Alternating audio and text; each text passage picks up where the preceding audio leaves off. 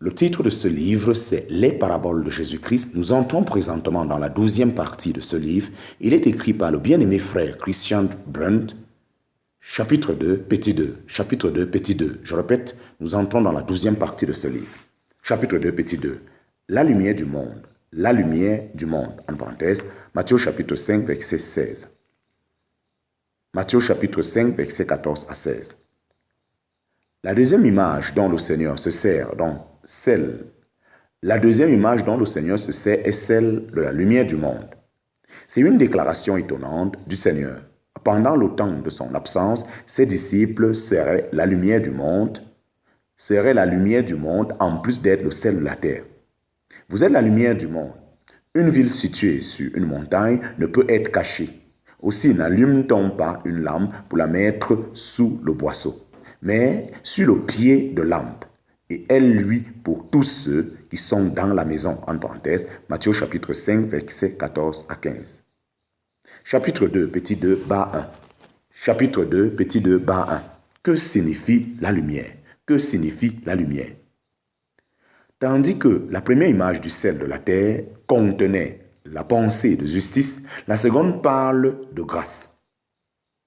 Ces deux pensées ou principes sont aussi à la base des béatitudes du début du chapitre 5 de Matthieu.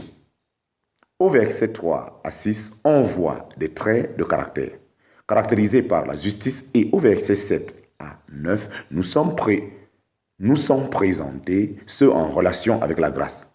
Même quand le Seigneur Jésus, à la suite de cela, parle des persécutions que rencontreraient ses disciples, il nomme en premier ceux qui sont persécutés à cause de la justice, en parenthèse, Matthieu chapitre 5, verset 10, et ensuite ceux qui seraient rendus capables par grâce d'endurer les persécutions et les calomnies à cause de lui.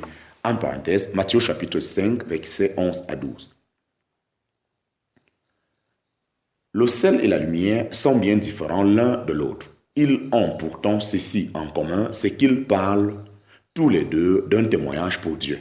Et parce que la corruption et les ténèbres, au sens spirituel, vont toujours ensemble, le Seigneur Jésus montre à ses disciples, dans cette double parabole, la double responsabilité, mais aussi le double besoin des hommes. Le sel agit à l'encontre de la corruption, tandis que la lumière chasse les ténèbres. Dans cette mesure, les deux paraboles contiennent une pensée commune.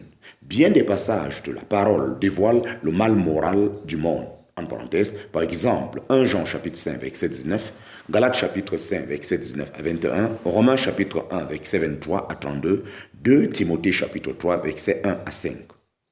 Le sel a son rôle là. Le sel a son rôle là contre.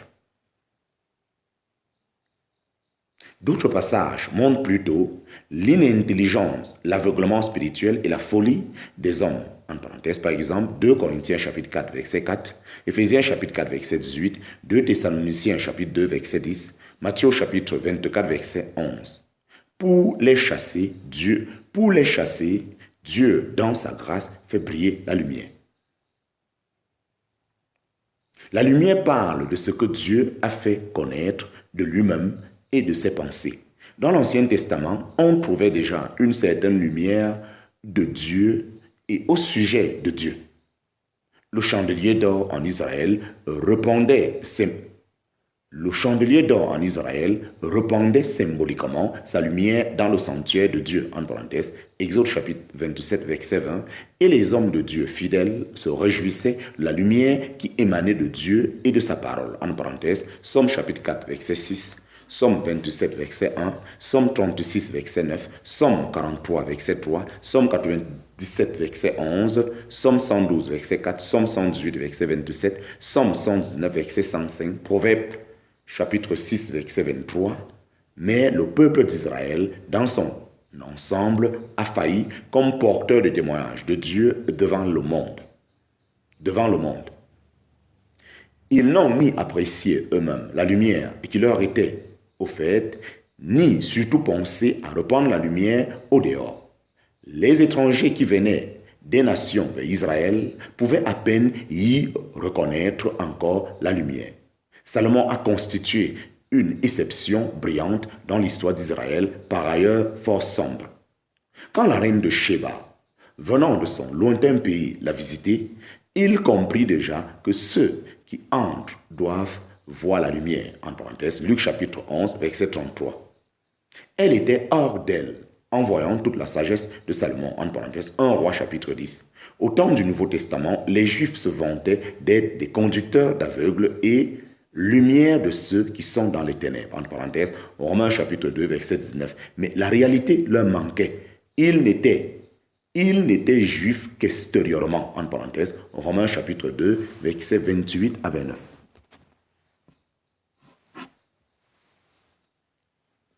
Quand le Fils de l'homme a été ici-bas sur la terre, il était la lumière du monde, en parenthèse, Jean chapitre 9, verset 5. La vraie lumière, en parenthèse, Jean chapitre 1, verset 9. Il pouvait dire, moi, je suis venu dans le monde, la lumière, afin que quiconque croit en moi ne demeure pas dans les ténèbres. Jean chapitre 12, verset 46. Il révélait parfaitement qui était Dieu et ce que Dieu était. En lui, comme homme sur la terre, nous pouvons en fait trouver la vérité sur tout et tous. C'est un sujet béni et quand on s'y arrête, cela conduit à adorer. Mais bien que Christ fût et soit la pleine révélation de Dieu, l'image du Dieu invisible, en parenthèse, Jean chapitre 1, verset 18, Colossiens chapitre 1, verset 15, les hommes ont haï la lumière parce que leurs œuvres étaient mauvaises et qu'ils ne voulaient pas se voir mis à nu, en parenthèse, Jean chapitre 3, verset 19 à 20. Nous savons qu'ils n'ont pas eu de repos tant qu'ils n'ont pas réussi à faire taire cette voix d'exhortation.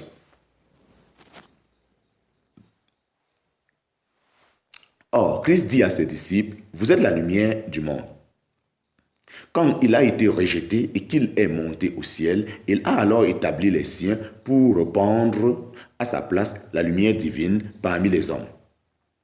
Bien qu'ils étaient autrefois eux-mêmes ténèbres, ils sont maintenant lumière dans le Seigneur et par là ils sont rendus capables de marcher comme enfants de lumière. En parenthèse, Éphésiens chapitre 5, verset 8.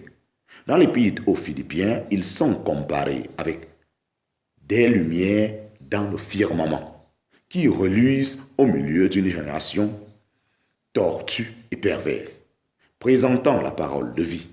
En parenthèse, Philippiens chapitre 2, versets 15 à 16.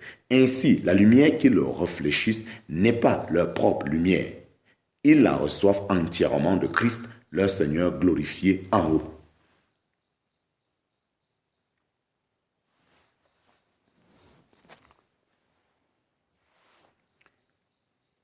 C'est la grande grâce du temps présent que la lumière brille toujours et encore devant les autres et pour d'autres.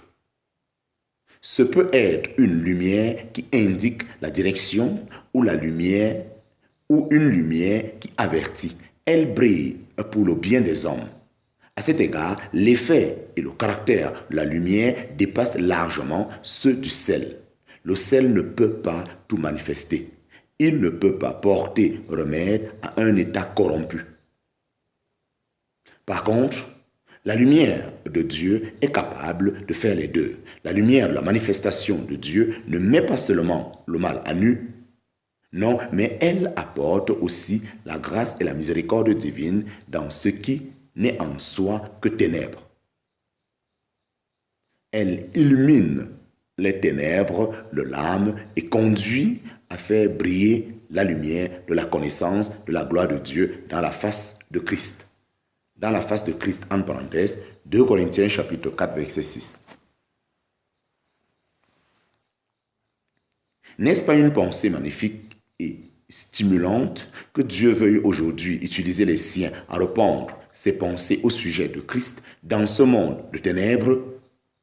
Qu'il est réjouissant d'apprendre que malgré tous les efforts de Satan pour éteindre la lumière, les ténèbres s'en vont et la vraie lumière, lui, déjà, en parenthèse, 1 Jean chapitre 2, verset 8. Et ici, ce n'est pas Christ, la vraie lumière. Non, ce sont les siens, parce qu'ils possèdent sa vie et qu'ils la reflètent.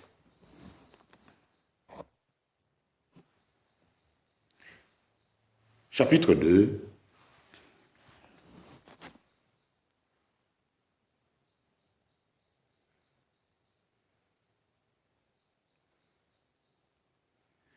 Il ne peut pas